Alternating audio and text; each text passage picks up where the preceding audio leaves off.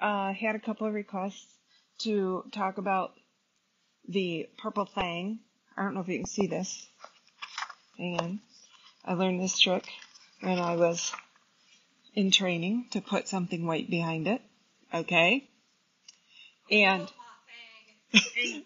my Purple Thang. Yes. One of the reasons we wanted to show. All right. Two things. Well, here, take that too so they can see it. Because your camera won't focus if I'm in the picture. So you got to cut me out, which I'm used to. Don't worry.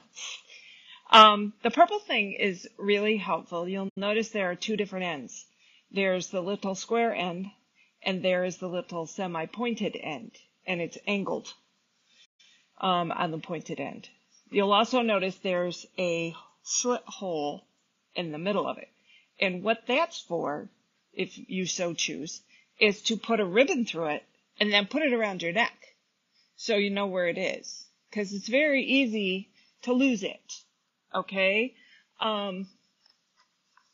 The only thing you need to be careful of whenever I put something around my neck that I don't smack myself in the face with it, because I'll use it and then, yeah, don't put a elastic one on it because it'll come back and whack you in the face.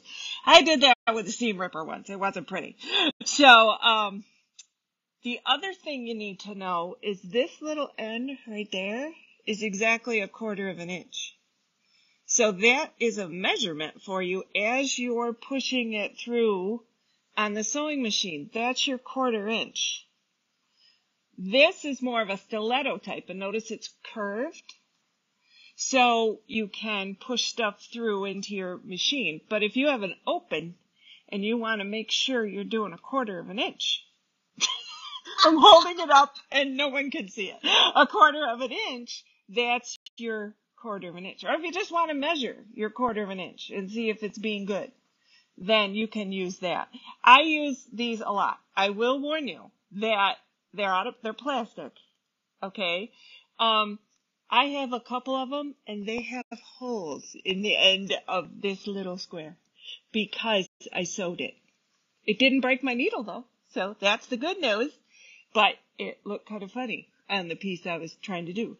So, keep that in mind. But again, use to push through your machine if you want to keep your fingers away from that needle, which is always a good thing. And measure your 1/4 inch. Okay, and then you can put a ribbon through it and wear it around your neck as a fashion statement.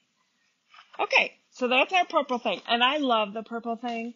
The only thing I dislike about the Purple Thing is that it's gone up in price. So ladies, I would get one while you can, because who knows what's going to happen. Okay, so we have some of those here in the store. One of the other things I want to show you is strip stick. And we talked about this at Second Saturday Sampler. Okay? We also talked about it at the last Facebook Live. Oh, and we talked about it at the last Facebook Live too. See, we do them so often I lose track. Literally, strip stick. That's what it says. And they come in multiple sizes. We have here in the store this one, which is 18 inches. That's $11.49. And then the one like mine, which is like mine. I don't know. How big is this? It's mini. It's a mini strip. It's 9 inches. Okay, I keep this right in my kit. Actually, I have more than one of them. I know that surprises you. And I keep them in both kits. Actually, I think I have 3 of them because I have one at home too. So anyway, they're handy. They're very handy. So this one is $9.49. And believe it or not, they come big. I'm doing a test quilt for Tina. If you're on Tina, hi, I'm almost done. I've got 2 borders left, 2 sides. That's it. And I needed it because it's put together on a diagonal. So there's a great big long one to open up that whole seam. It's awesome. Brenda and I were talking about this. I'm sure there's a scientific reason it works, but I don't know what it is. But it works. And I now can't rob banks.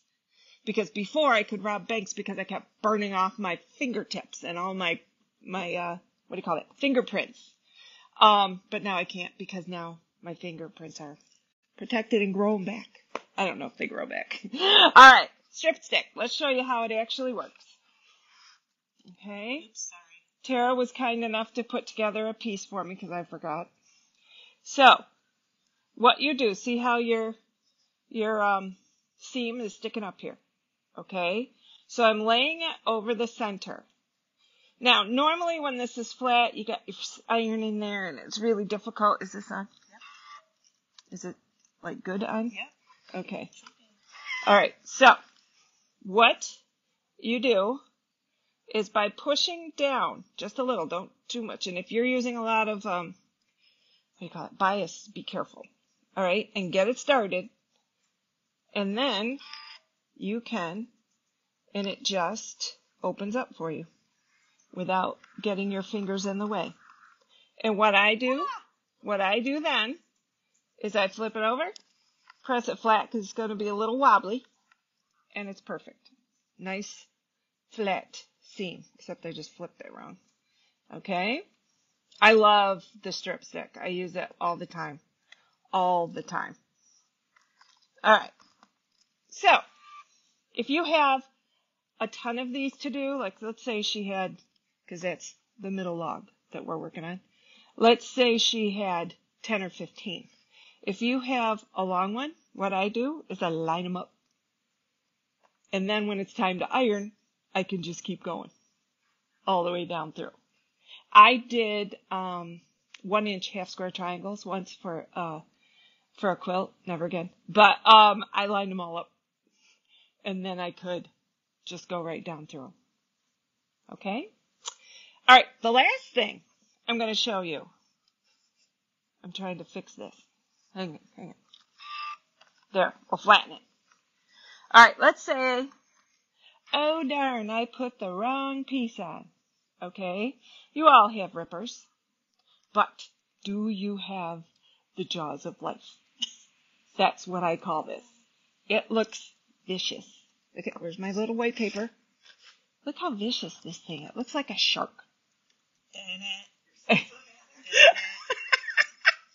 Oh, Brenda called me dramatic. I don't know why. So what you can do is get it started. All right? And I'm starting it by turning it a little bit sideways. Who's picking on me? Okay, gotta get it started.